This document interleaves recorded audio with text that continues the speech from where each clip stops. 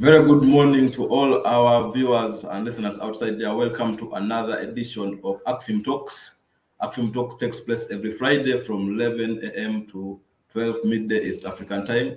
This is brought to you by Alliance Finance Monitoring, a political finance watchdog in Africa. My name is Abel Esero and I'm going to be today's host. We are going to be discussing about the crisis in the education sector. Is it symptomatic of inheriting governance deficits in Uganda? Before we continue, I would like all of you who are watching us to subscribe on our YouTube channel. It's ACFIM Uganda on Facebook. It's ACFIM UG on Twitter. It's also ACFIM UG. You can follow our pages and also subscribe to our YouTube channel. I would like to give a brief background on why we decided to choose to discuss about this topic today. Of course, we all need to know that democracy cannot succeed unless the citizens who vote for leaders are educated and are able to choose wisely. In other words, education is the real safeguard for democracy. A country's education system is as good as the quality of its leaders, its teachers, and teachers in Uganda constitute more than a half of Uganda's civil service. Over time, Uganda National Teachers Union, that's UNAT, has been engaged in negotiations with government over enhancements of teachers' salary. Midway through the negotiations, the president announced plans to prioritize the incentivization of science teachers and by extension, of scientists and by extension, science teachers. As we speak now, salary for science teachers for secondary schools and primary has been enhanced the where the teachers will earn a monthly pay of Uganda shillings 4 million, while the arts counterparts will continue earning about 1 million. This has occasioned a protest where arts teachers have downed their tools. This is being interpreted as discrimination. Consequently, some secondary schools are closed, with arts teachers refusing to bow down to directives of government officials from the Ministry of Public Service and Ministry of Education.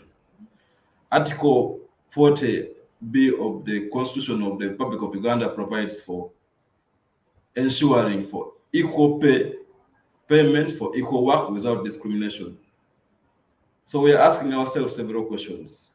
Could this be interpreted as an act of discrimination and hence violation of the Constitution of the Republic of Uganda? Is it possible that the officials in government are not aware of this? Could this be a tip of the iceberg in terms of how the country is being governed or misgoverned? How do we get out of this stalemate? This and much more are the questions we are going to interrogate in today's edition of ACFIM Talks, and to help me navigate this story behind the story are two distinguished academic giants. Let me introduce the academic giants who are going to be discussing this topic. I will start with Dr. Musinguzi Dennis, who is a senior lecturer at Uganda Matters University. He previously served as head of Department of Governance, Peace and International Studies and Dean School of Arts and Social Sciences at Uganda Matters University. He has served as a consultant for local and international organizations for more than 10 years. His areas of specialization include governance, management, public policy, human rights, and development. Dr. Musinguzi Dennis, you are welcome. Thank you so much, Abel. It is my pleasure to be here. Thank you. Thank you. We shall also be joined by Dr. Deus Kamunyu, who is a lecturer at Makerere University, the former chairman of Makerere University Academic Staff Association, that is MWASA. He is also the chairperson Forum for Academic Staff of Public Universities in Uganda. His PhD dissertation focused on how the history of pain and shame has shaped the image of Uganda. Dr. Deus will be joining us shortly, and I know he's trying to connect. So I will go direct to Dr. Dennis Musunguzi.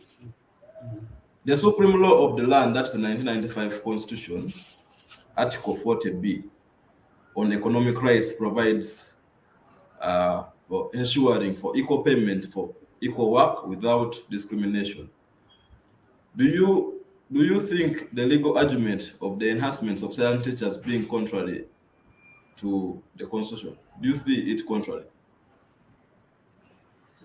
All right. Thank you so much, Abel, for that question. I will be glad to be joined by Dr. Mwezi Deus. I want to say something before I answer your question. Deus is my OB, and is not only my OB, we were classmates at St. Joseph's Vocational School in Barara. And we were not only classmates, we were sharing the same cubicle. A cubicle had two double deckers for four students, and we were even sharing a bed. I was staying up, and he was staying on the lower part of the decker. So he's my friend, he's my brother. We have been together for this long. I was excited when I saw him that he's going to be with me as we are discussing this very important topic. Now, of course, coming to your question, yes, as you already mentioned, there is this common saying in the education space that the quality of the population of a given country can never be better than the quality of its education system.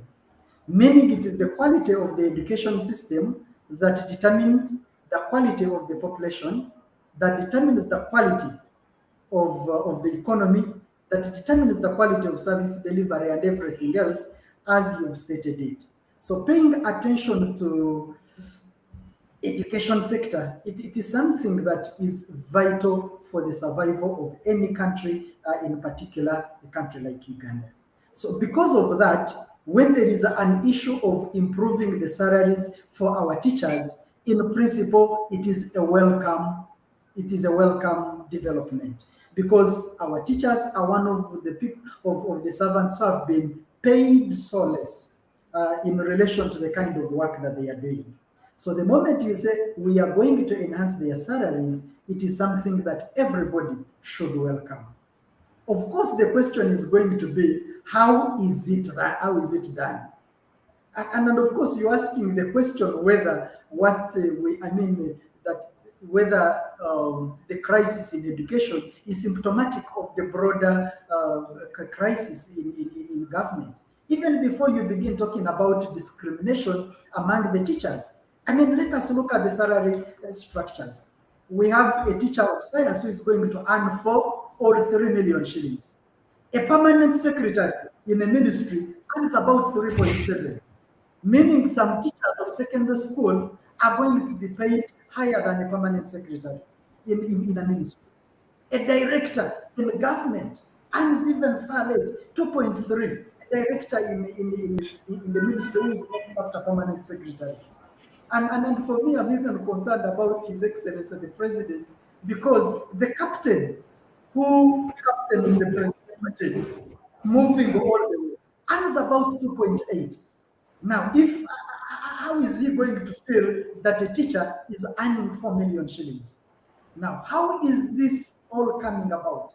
Of course, it is the ad hoc way in which the payments, the negotiation of salaries has been done. Yes, in terms of discrimination, it is obvious because we have teaching as a profession. All these are qualified teachers. They go to the same school. They teach the same students for the same hours.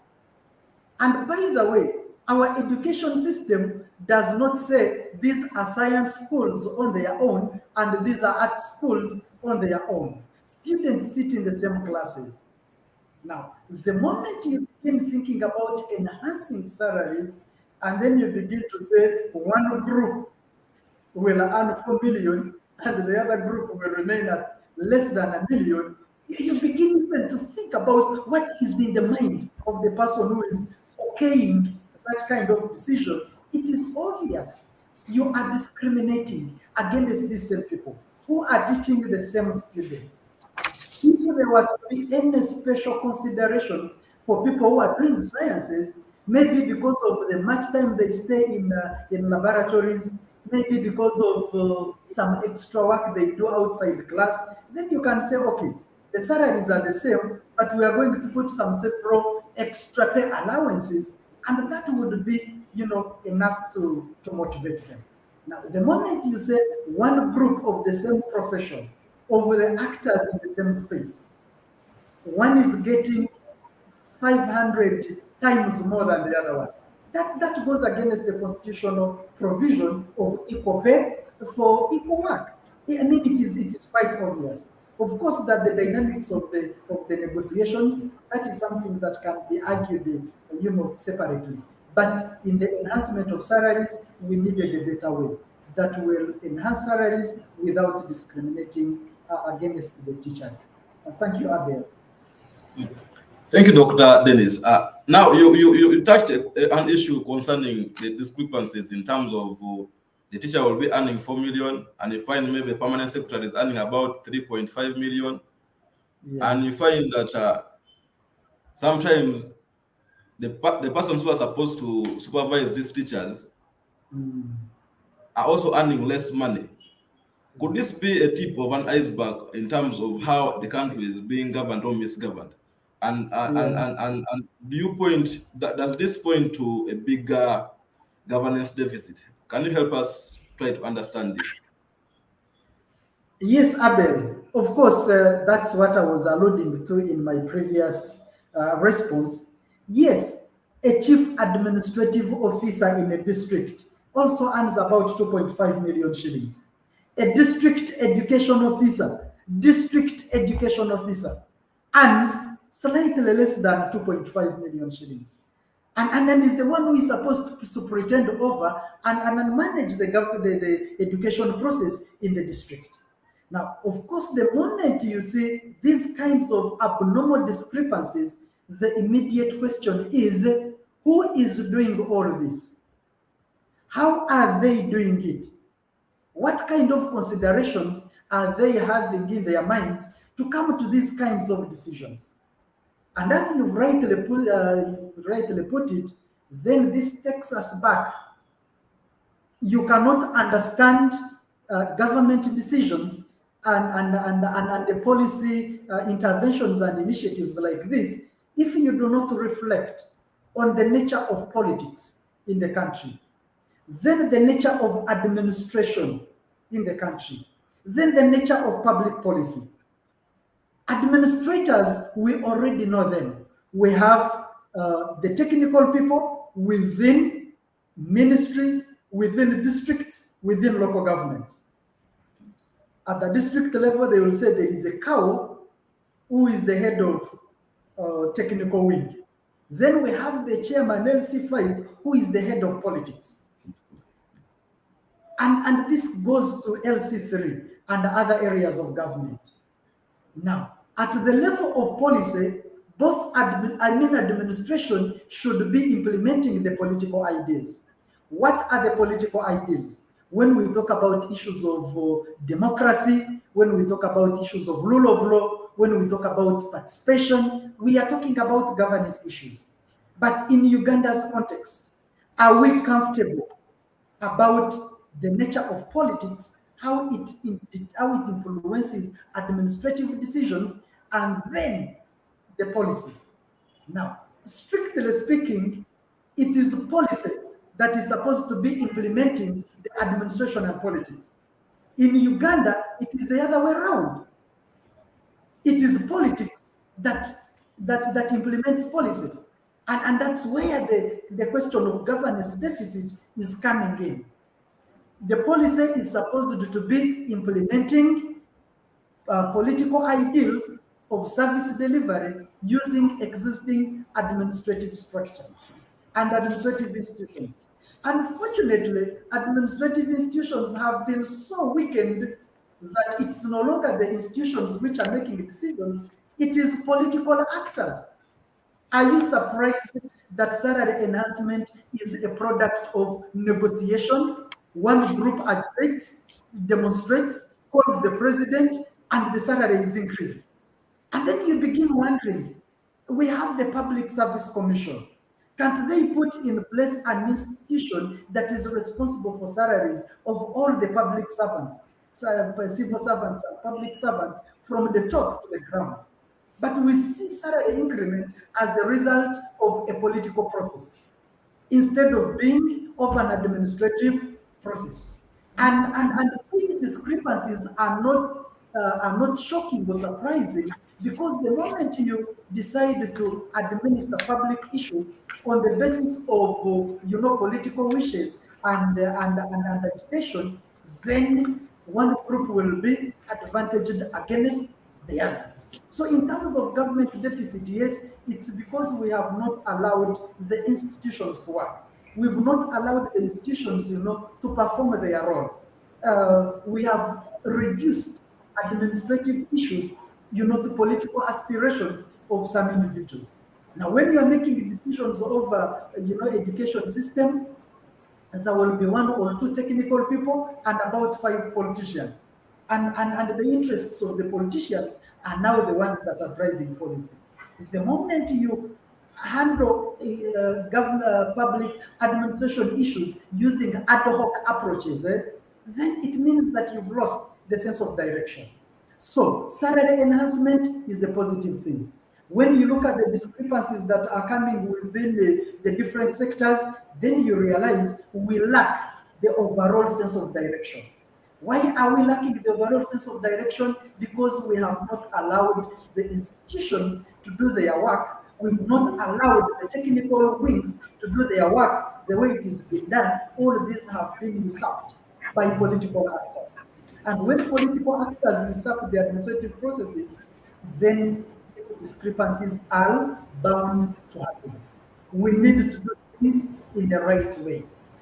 And when things have been done in the right way, then we shall begin to see a positive direction and outcomes out of such kinds of decisions. Eben, Thank you. There has been an argument, and very many people are of course, talking about there is no dispute over the fact that Uganda needs scientists. And so if one is to improve sciences in secondary schools or in Uganda at large, should the starting point be paying science teachers more, or should it be by constructing and equipping laboratories first? yes. Thank you so much. Of course, that is another problematic situation. People think that studying sciences and teaching sciences makes one a scientist. You are a scientist if there is a level of innovation, if there is a level of using science to address, public problems.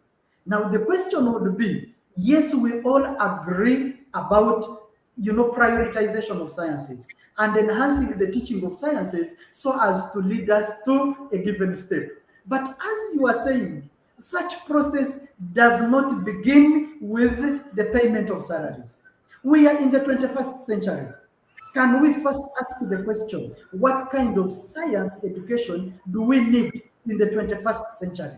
We define the kind of science that we need vis-a-vis our conditions and our circumstances. Then after doing that, we need to ask ourselves, does the science that we teach in our schools today help us to meet the demands of the 21st century? Yes and no. Then can we think about curriculum reforms?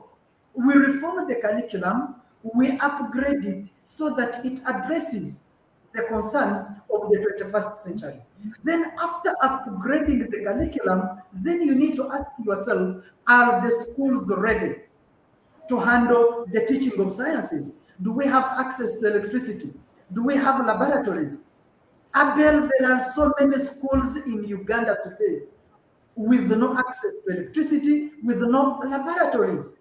So a teacher of physics or chemistry is teaching about Isaac Newton and the laws of motion the same way a history teacher is talking about Kakungura and Nyunguyamawe. There is no difference. There is no experimentation. So what is the capacity of the schools in terms of laboratories? Now, the schools are so many. We may not get all the schools having the laboratories. Can we create model laboratories at the sub-county where schools can frequently go and have this experimentation? So if we were to promote science education, these are the things that you would be thinking about.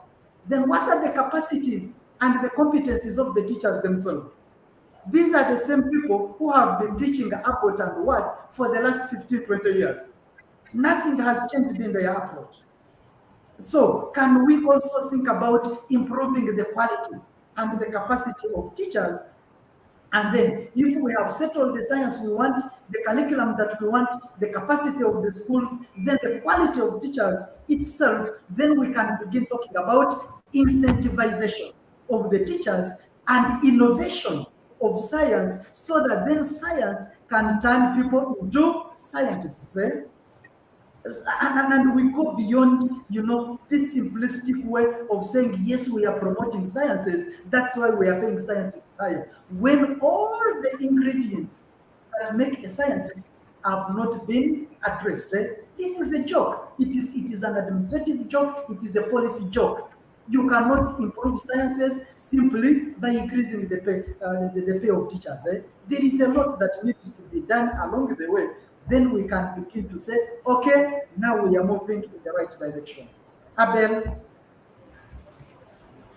Thank you. I would like to bring now Dr. Deus, who has joined us. I want him to respond to one of your arguments where you said that now the reason why we are having this crisis and this problem is because instead of leaving the administrative part of government to do the job of enhancing or determining on how to enhance salaries of the civil service, we are now seeing the political wing is the one that is more in charge of enhancing. So they go and negotiate with the political wing and ignore the administrative part of government. So I wanted Dr. Deus to tell us whether this is an indicator of failure by the regime to manage the country's civil service sector.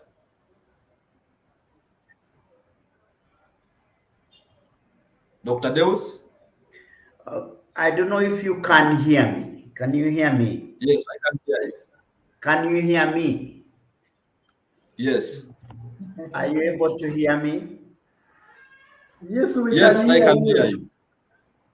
Okay, right. First of all, I must apologize for coming in late. The technology here challenged me, but I was trying to be on time as well. Uh, Maybe before I answer your question on failures of government in addressing and civil service issues, I want to lay foundation for my understanding, because to me, society cannot,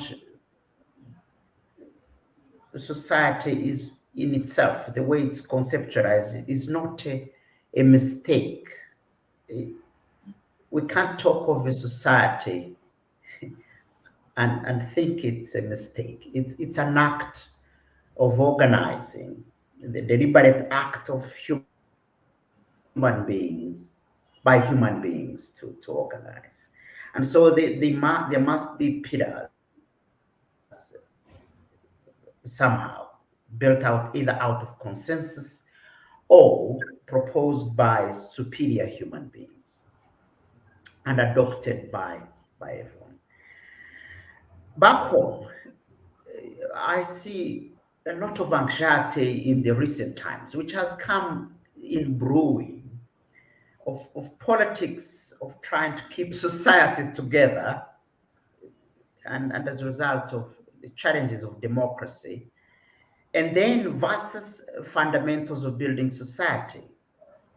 And and because of the anxiety generated by the challenges of reactionary challenges of trying to keep a population together, the fundamentals are being used in a way that isn't appropriate for, to say the least. Everything is reactionary. And so the debate to me is not about science, whether science people should be paid, whether public servants should be paid first versus private people, whether it is how the government in place intends to rally us together and keep us as a country dealing with all the fundamentals, education, arts, philosophies, religion, etc., and to make sure we progress as a complex whole with some levels of anxiety, but understood as so. But what I see are challenges that really are dramatizing society, and everyone is forgetting the fundamentals. And so back to the question whether, yes, government seems to be really failing in terms of harmonizing the civil service, in terms of the overall motivation strategy for civil service perform its cardinal duty, and basically to link with the polity and put institutions in place that aware that leadership is royalty. So what I'm seeing is government attempting to manage society, and it's going to be very expensive. And what you do when you manage society, you probably can also attempt to divide in order to rule them, to give them too much business as opposed to building for greater good of everyone, for greater good of neighborhood. And so, yes, according to me, from the, let's say, salary point of view, government has failed,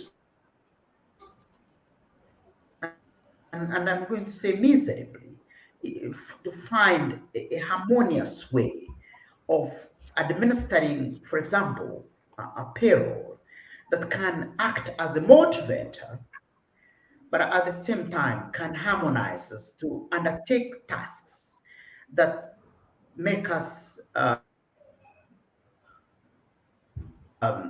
society on the move from, for our sake, Africa, maybe from,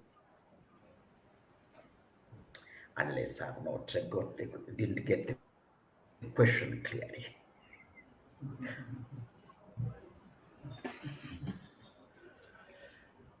Thank you, Doctor. I think from here we let's first go for a brief break, and then we shall return